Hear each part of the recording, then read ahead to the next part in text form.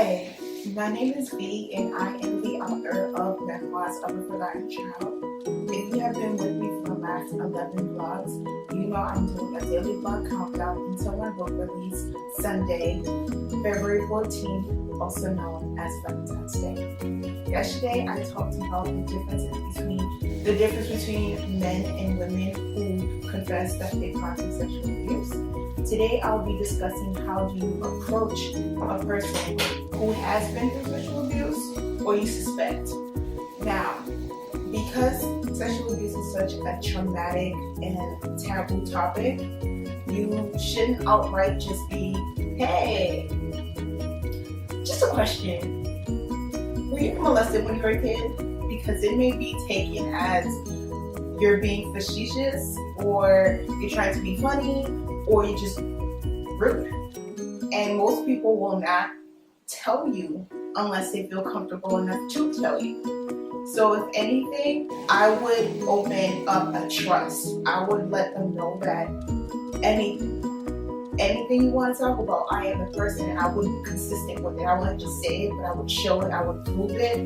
And you have to build a mutual trust. You have to build respect, and you have to be consistent. So it's not something that you just ask and then 2 minutes later a person just tells you all. Now there's some people, they may be comfortable with it, and those are people who usually talk about it. They talk about it freely, they're open, they have healed from it, they have passed from it. It's just an experience like scraping their knee. Of course, it's on a different level, but they don't have a media attachment to it where they feel like they need to keep it a secret, where they feel like this is something that makes them dirty or something that defiles them. They look at it as an experience and not something that they chose, but it happened to them, and now they can live their life and be powerful human beings. Most people who have gone through it, it's a secret, it's a shame. So they're not going to confess it, they're not going to talk about it or be open with it unless they know there's a mutual respect.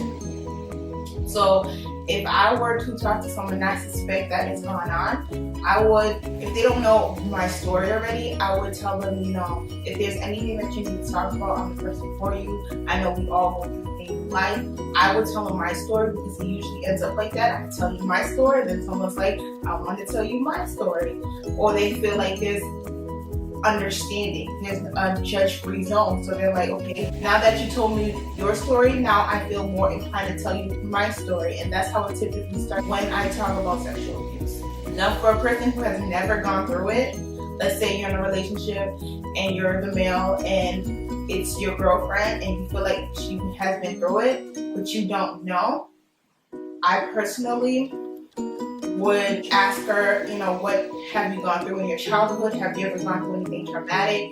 And like I said, if you have a really good relationship, you have a really good trust factor, she may beat around the bush, but there's certain signals that she will tell you. Like, she might not tell you sexual abuse, but she's like, you know, I've gone through things, some things that I don't want to talk about, some things that were really bad and happened in the family, certain code words you pick up, and then you're more inclined to make the judgment that, yeah, she's saying it without saying it.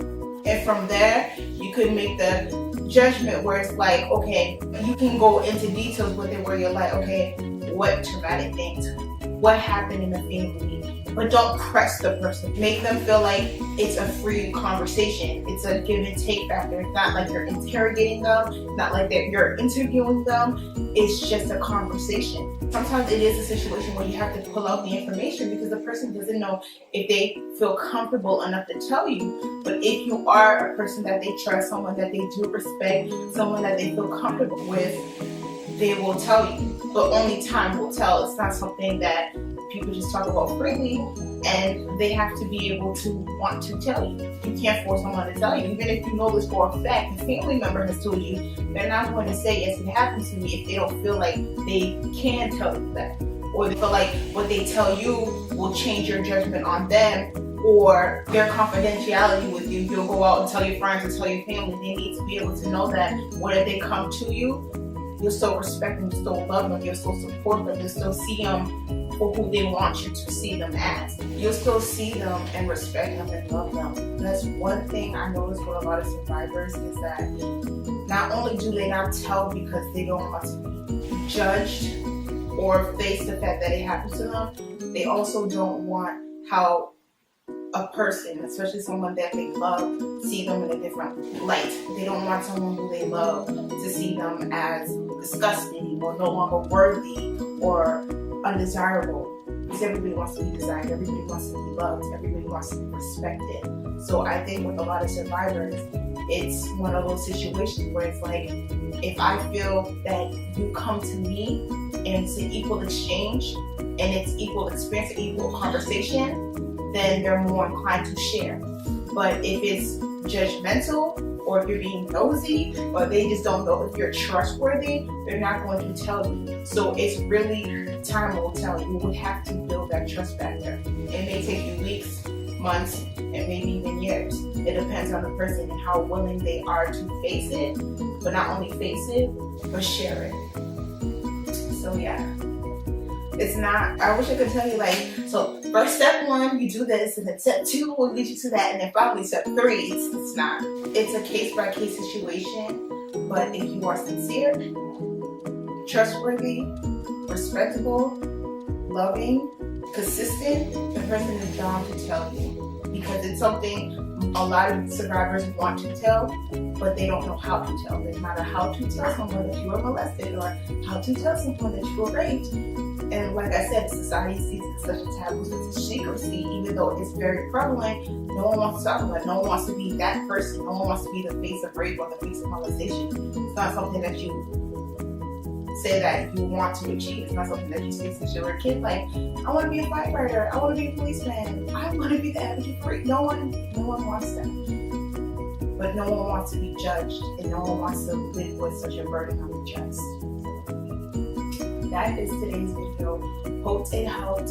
Hope it helped you. And if it didn't, and you know someone it could help, please pass on this video to them. Like I said, I am doing a daily vlog countdown until my book release this Sunday, Valentine's Day, February 14th. And like always, see you on the next vlog.